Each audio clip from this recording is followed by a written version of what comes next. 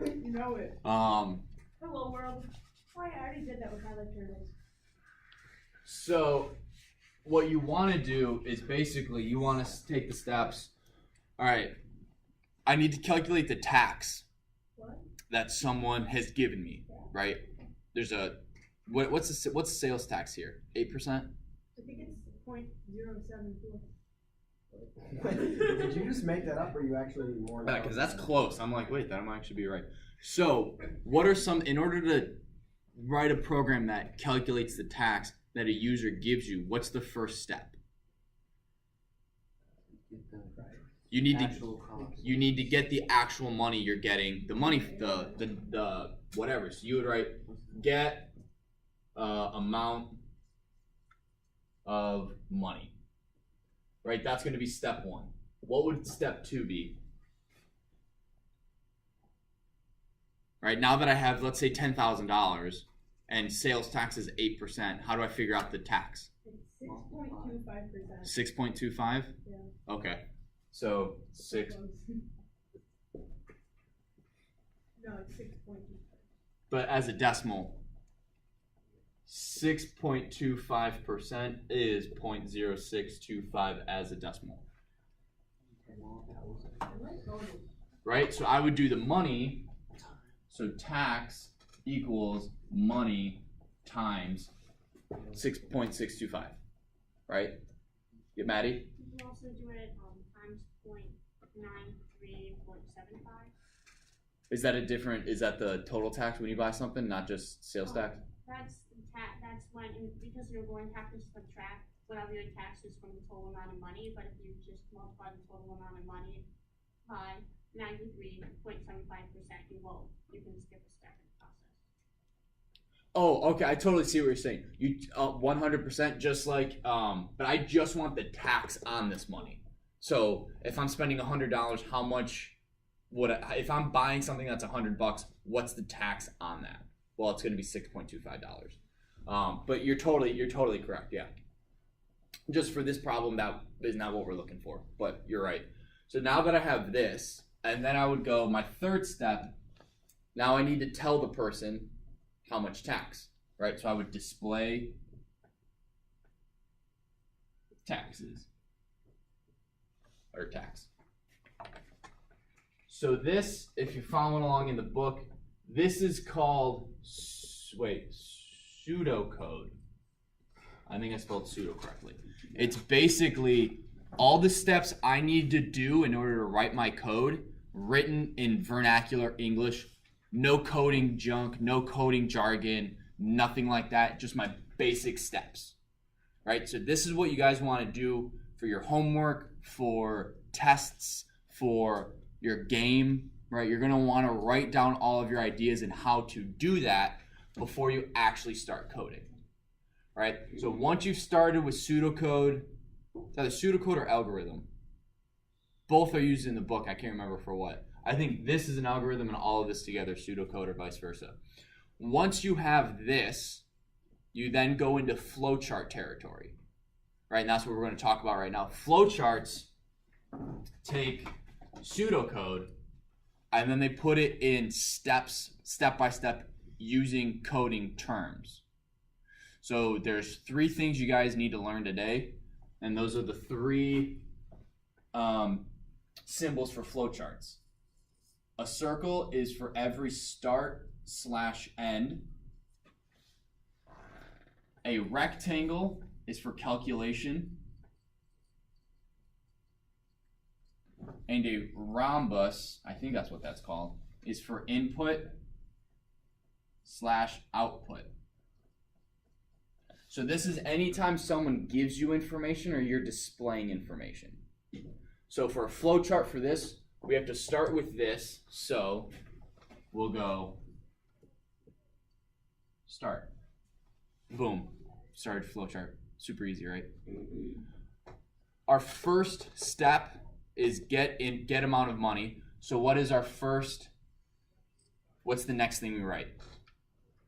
Is this an input, output, or calculation? This is an input, so I'm going to use my rhombus.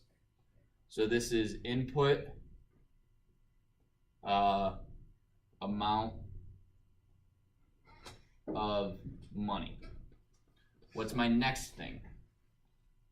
Is step 2 start end calculation or input output, Joseph. Right, so this is going to be a rectangle, and this is tax is money times 0.0625. What's my last step, Kayla? Input output, so that's a rhombus. So this is display tax. And then are we done? No. Perfect. That's a flowchart. This is totally useful. Most kids don't think it is, and by the end of the year, they realize the importance of a flowchart. You guys need to use flowcharts. Even if it's something super simple, breaking it down like this will help you later in life. You'll get to the point where you can do these things in your head and you don't need to write them down. But if you assume you can do it in your head before you practice writing it down, your logic will get screwed up. So then there are times when I'm doing your guys' homework problems is like, all right, like guys, let's do this one together, and I have to pause and write it out. Not even me, because I'm not like an awesome programmer, but just I know how to do the problem, and I still have to write it all down, because otherwise my logic and my variables get screwed up. So I will put these sort of things on your homework. You will have to do these. Your homework may be write a flowchart for this one problem on a Tuesday, or a Monday, bring it in on Tuesday. Does everyone follow me with what a pseudocode is and a flowchart? Any questions on how to do a flowchart? No? Okay, Bradley, you good? Siggity sweet. All right, so now what we're going to do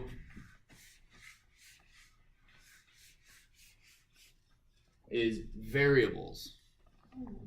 So we have give or take a half hour left. Let me just double check. Print strings variables. All right, so you can use, what is a variable in math? Bradley. Usually a letter that describes a number. That's perfect. Yep. It's a letter that describes a number. In Python, it can be a letter or word that describes some form of data. Right? Well, the only data we're going to deal with today is called strings and numbers. A string is anything in the green. You see how that hello world is in green? That is a string. A string is just text. You can have numbers be a string, you can have words be a string, and you can have symbols be a string. You cannot have variables be a string. That's like saying I can have I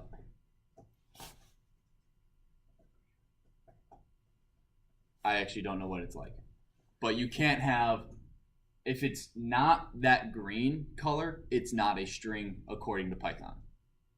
So it's very important that if you want something to be a string, that it's in those quotation marks and it's that color green. Bradley. Sometimes when you're programming, I kind of forgot all of it, but I know that we use quotes. Sometimes you have to use a bunch of ones in one string, and the colors will be off because you either missed a quote or something. It's really confusing because you can have like 8 in one string. I'll actually cover that. And how do you deal with multiple quotation marks in a string? You can use commas. Depending on what you're doing, you can or cannot. And I'll show you all the different things you can use when you're doing when you have multiple quotation marks. So if I said, hello, I'm good today, I would have, hello world, I'm good today. Do you guys see what he's saying? Now this, according to Python, is not a string, and that's not what I want, right? I want the whole thing to be green, and there's a couple ways you can get around this. Wait, why is it green? Because I'm ending this, right? This is a pair of quotation marks. Can you just put another comma or quote? what you can do, so there's two things you can, well, there's three. I'm going to show you two. The third one is not necessarily more advanced, but all right, I'll show you all three. So there's three things you can do, and you guys will probably want to write this down or at least save this file so you can refer back to it. You can put 3 single quotation marks, and it doesn't matter what's in here at all. The computer reads it as it's called a raw string. So I have 1, 2, 3, and the computer goes, okay, anything that's inside these 3 quotation marks, boom, it's a string, and I'm not going to read further into it. I'm going to print it as it's typed, period. You can do double quotation marks. And the computer goes, okay, anything in between these double quotation marks is a string. I'm going to kind of ignore that because it's not paired with anything else. So you can use double instead of single, so you can use it. Correct. You can use both. Okay, so if you use doubles, then you could put like the single in there. Incorrect. We're getting to it. We're getting to it. The next thing you can do is with the single string,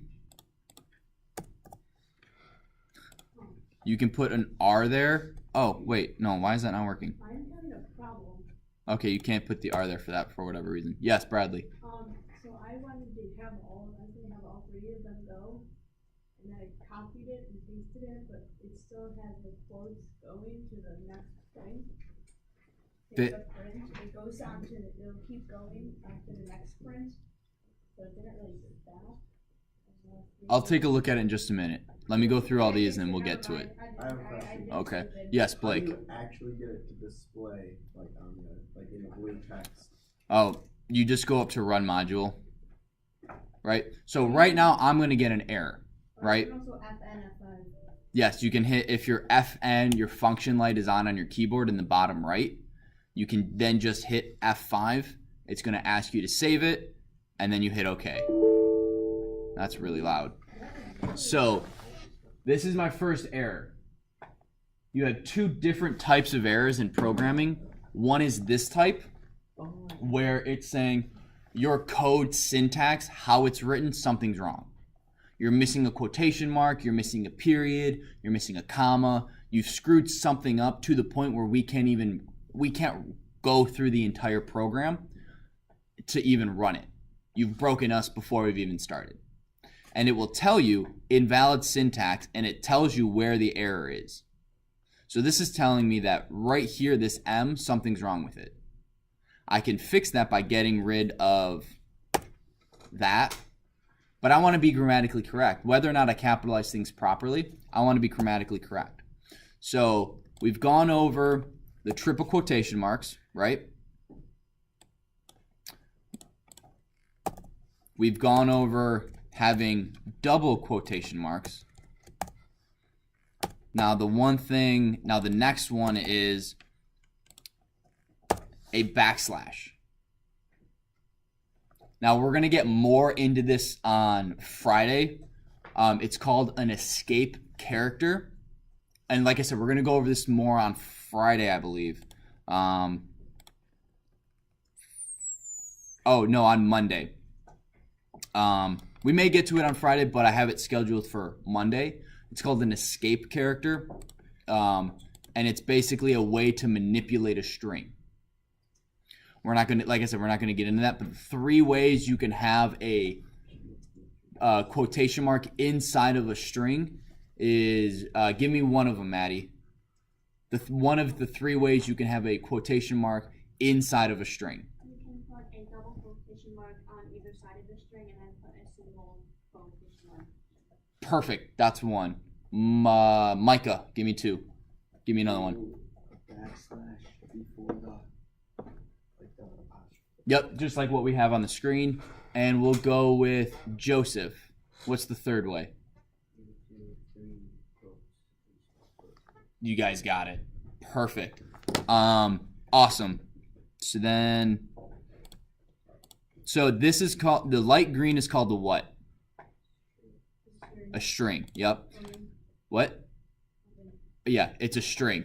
The next thing, oh, can you even see this TV? No. The next thing is we need to talk about in variables. So a variable can be x is hello. That's a totally valid, legit thing where a variable is equal to a string. I can also make y equal to a number, an integer, and I can have it equal to 9.0. Let's go. This right here is called an integer. This is a float. A float is just a number with a decimal. That's all it is. Wait, so now if you type y34 will like. Yeah, so let me run this real quick. Oop. Darius Rucker, that's a good song, man. So now, what? Blake ruined the song just by saying the title. So one thing I want you guys to notice, every time we run it, it restarts the shell and loads all this information. So I have y is equal to 34 here. When I type y here, it prints 34, even though I haven't typed what y equals in the shell. I've done it in the console. So this will save this information for use later. So I can even go z plus y and get the number. People tracking with me? Wait, so you did like. Okay, so you did like y equals 34. Can you do like y 3 equals 34 or like y bc equals 34? We're getting to that. Yep. Yeah. So I'm just getting with the basics right now. One thing that's actually really super important and awesome and vital and super useful is called comments. If you hit Shift 3 and do the hashtag, pound, or number sign, depending on your generation, you get this red it turns red. This is a string.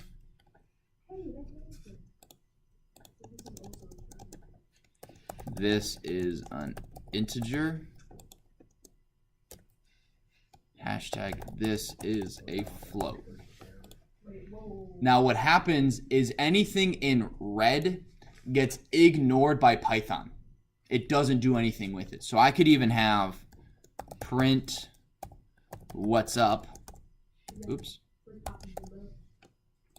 And I comment it out. It won't run. It just ignores it and as if it's not there. So this is super helpful when you're writing your code, specifically your video game, of what's going on in your video game. So like a number sign will just cancel it? Yeah. And it won't read it. It skips over it. So why would you like just type it in the first place?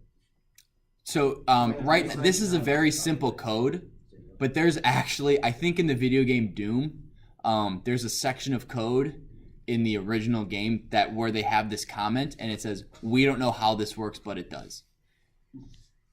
So it's for if for example, let's say you guys have a group project and Blake was supposed to work on part of it. He finishes his part and then sends it to Kayla, and Kayla's going to put it all together, right? Kayla doesn't know exactly how Blake's mind works. I mean, she can guess because she knows Ryan, but, it's going to be a little off.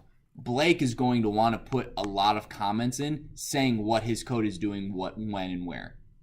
So he'll say, this section is calculating the taxes so that she doesn't have to go, wait, hang on. So what? Okay, so there's a decimal. That looks like it's the tax percentage. Oh my gosh. Okay. Then she doesn't have to call him or anything like that. It organizes your thoughts. It's way simpler to remember stuff. And it's super helpful and useful. So I highly recommend using comments in every code you use, even if it's something as simple as this. And then what you can do is, let's say you're trying to do stuff and you have a bunch of lines of code and you realize it doesn't 100% work, but you don't want to get rid of it because it may be, you just don't want to delete it just yet, right? You want to try to do it slightly better, but it still works. You can just comment stuff out and save it for later. I do this all the time. You highlight it and then Alt 3 and 4, change it. Instead of having to go, okay, there's 1, there's 2, there's 3. Ooh, oh, darn it. Right? You can just highlight it. Alt 4 gets rid of the comments. Alt 3 adds them. You're taking notes about Python on Python? That's awesome. On the actual file, and I'm just saving it to the. That's super smart. I literally, I'll go, when I'm going through the book, like prepping lesson plans, I'll just save my file with all of my comments and notes so that when I put it up on the screen or when I'm looking at it, I can go, oh, that's right. I don't actually have to physically write it because I've already typed it. So. And then you also get all the color and everything, so you know what goes what. Right. Real quick. Okay.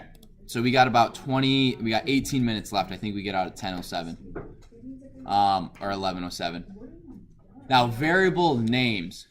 Blake was talking about this a few minutes ago. Can I just have X, Y, and Z, or can I use actual words? I recommend I emphatically recommend using words instead of letters.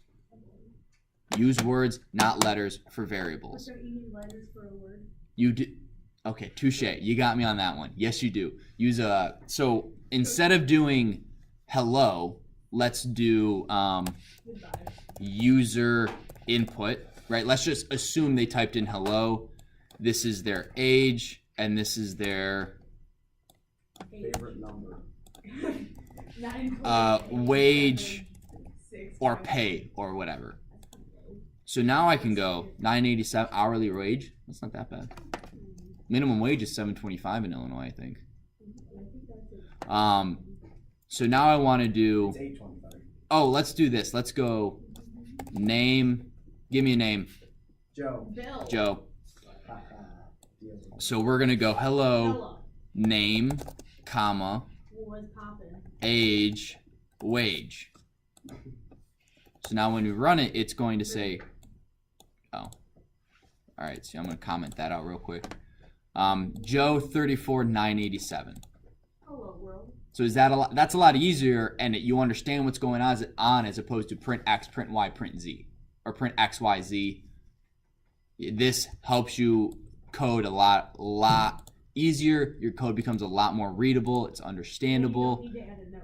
You don't need to add as many notes. I don't have to say, because if this were X, Y, and Z, this is a name, this is his age, this is his hourly wage. You could still do that, and it's still good code writing etiquette, but it's not as necessary because I've already said this is name, this is his age, and this is his wage.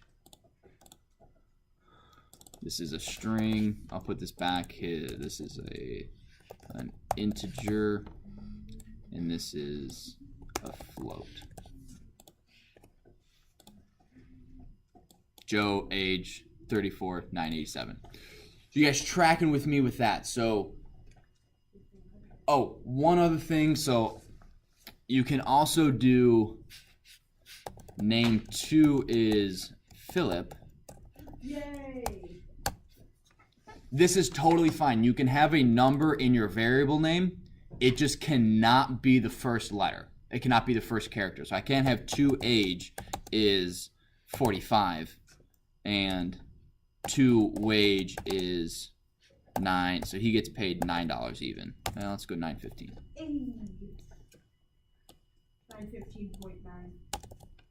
915.9. Name 2 age, and 2 wage. Invalid syntax. The Python thinks that this line is supposed to be mathematical, something mathematic, where you're adding something or subtracting something, which is why it starts with a number, and then it flips out because it's not expecting words after it. But you guys notice we didn't get the error with name 2. So, oh, my bad, I forgot. Let me switch that real quick. Boom. Darn it, I forgot it again. You guys see how it's highlighting what's wrong? it's very helpful, which is also why when I give you guys tests, part of the test is handwriting, because I want to know that you know this, not that the computer's reminding you that you forgot something. Tracking with me, guys? All right, cool. You can even put underscores. So let's go student name is Micah. Print student name. Oh, see, I even forgot it up. I forgot to change it up here. Micah. I cannot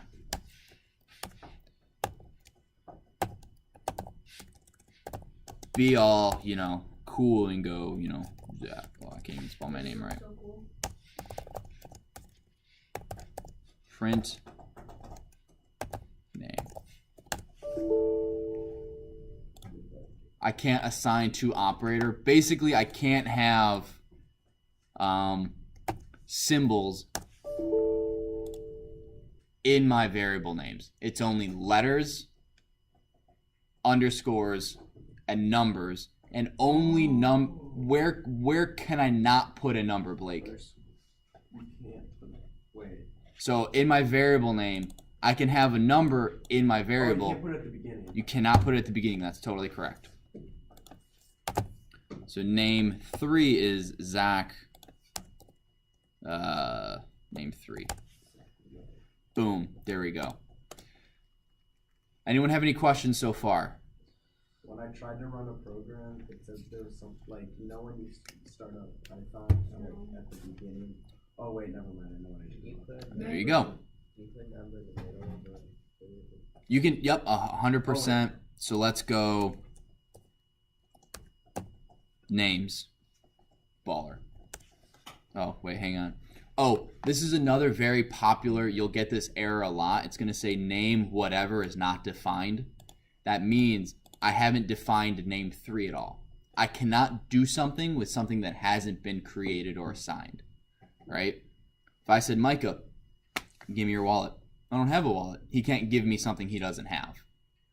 He can only give me something that he currently has. I can only manipulate a variable that's already been defined. So you're going to get this error a lot. You'll do basically exactly what I did. You change the variable up here for whatever reason, and you forgot to change it down here. It's going to give you the error. It's going to give you the line 16, and it's going to tell you what that line is. This is just the file you're in, right? So don't get overwhelmed. Oh my gosh, there's so much text. Trace back. So this is just basically saying you have an error. This is the file you are currently in. Line 16, which is this exact line, and then your error, what's wrong with this line. Name error, name 3 is not defined. So how would I fix that, Enoch?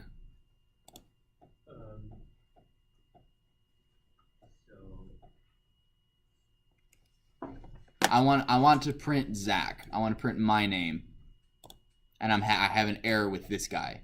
How would I fix that?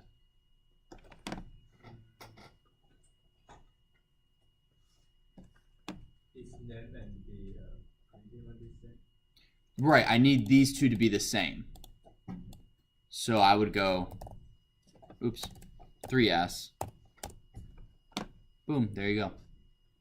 So as long as, does that make sense?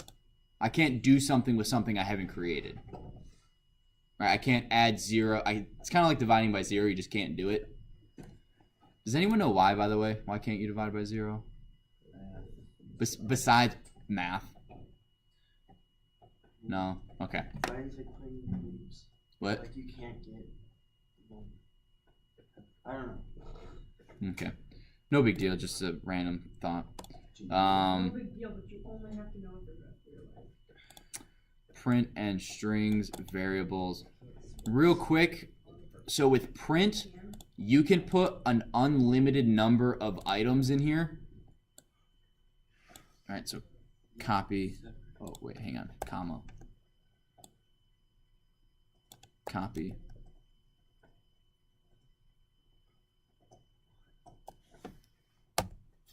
I honestly have no idea how many. Oh, more than 255 arguments. I had no idea that was a limit.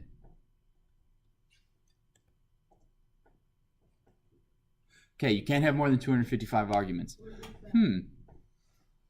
Did we learn something about 255?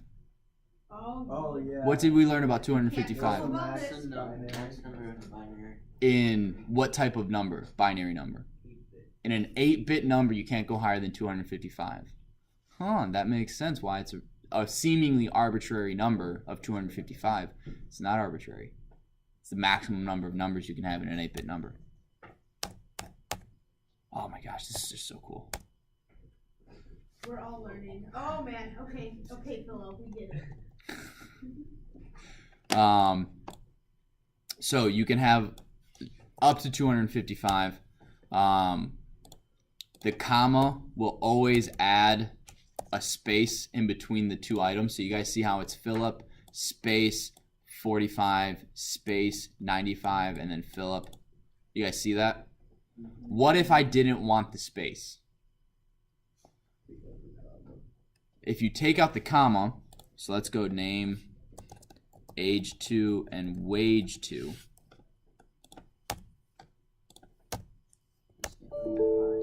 It's going to say invalid syntax because it sees that I have two variables, then they're not separated. I need to separate them in print. You can't have more than one. I'll explain why that is when we get into functions later. But for all you need to know right now is for each individual element, whether it's a string, a variable, anything like that, you have to separate it by a comma. You can put pluses in here. Now, we're going to get an error, and I want to see if you guys can figure it out. So it's telling you that in this line, it must be a string, not an integer.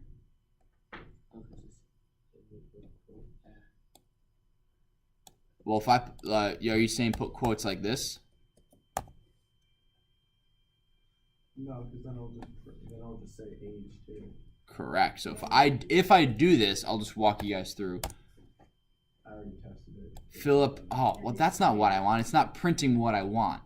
It's printing the stringified version of this. It's just printing the string. It's not an actual variable. So we can't have that. Oops, age 2. You can only use the plus sign in a print function if you're adding strings together.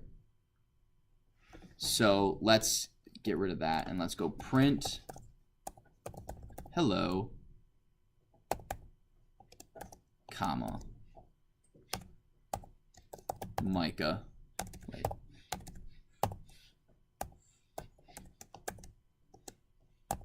Who is sitting next to Enoch?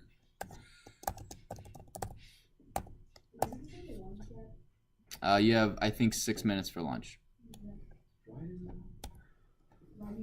So when I run it, oh, hang on, I always forget to do this.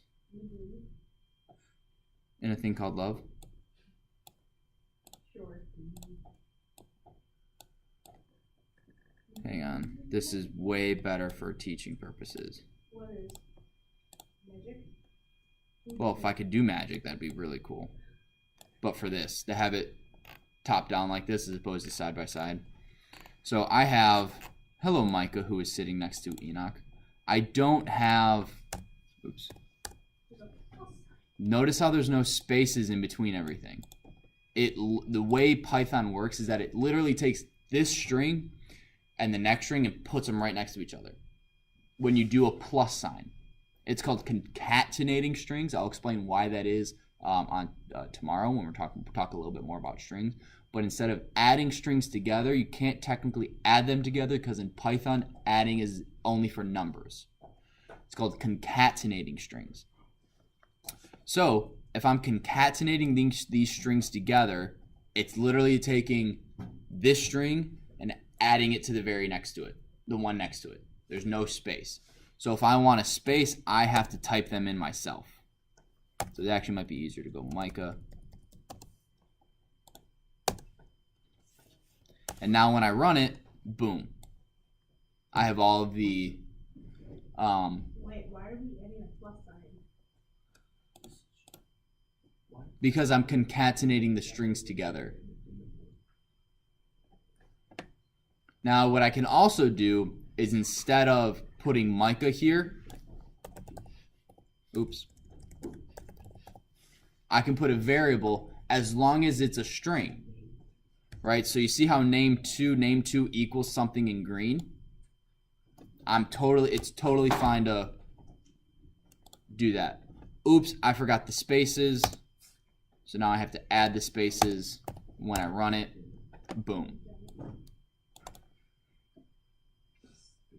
You guys tracking with me? Assad, dude. What do you guys have any questions? All right, we got 3 minutes left of class. One thing I do want to let you guys know is if you have a question, I would bet money someone else has the exact same question. So just ask it. Just throw your hand up and be like, Mr. Schultz, I have this question. There are no such things. There's no. There are stupid questions. Okay, I didn't want to actually say it. But in regards to Python, like, you can't ask me a stupid question about Python. There are stupid questions, I will say that, in some, depending on how you define stupid. But in this class, there are no such things as a stupid question if it's about Python. And there will be days where it's just like, what? You've totally lost me. You need to start all over. And that's 100% okay, because odds are someone else is just as lost as you are. So I don't want you to feel like I can't ask this question because these two people really seem to get it and I don't want to hold them back, or I don't want them to think I don't get it, anything like that. Doesn't matter. We've all had moments of not catching on as quickly as other people. So I don't want you guys to feel like you guys can't ask me questions in class. Is that good? Is that cool? All right, so real quick, I'm going to stop the camera. That's a long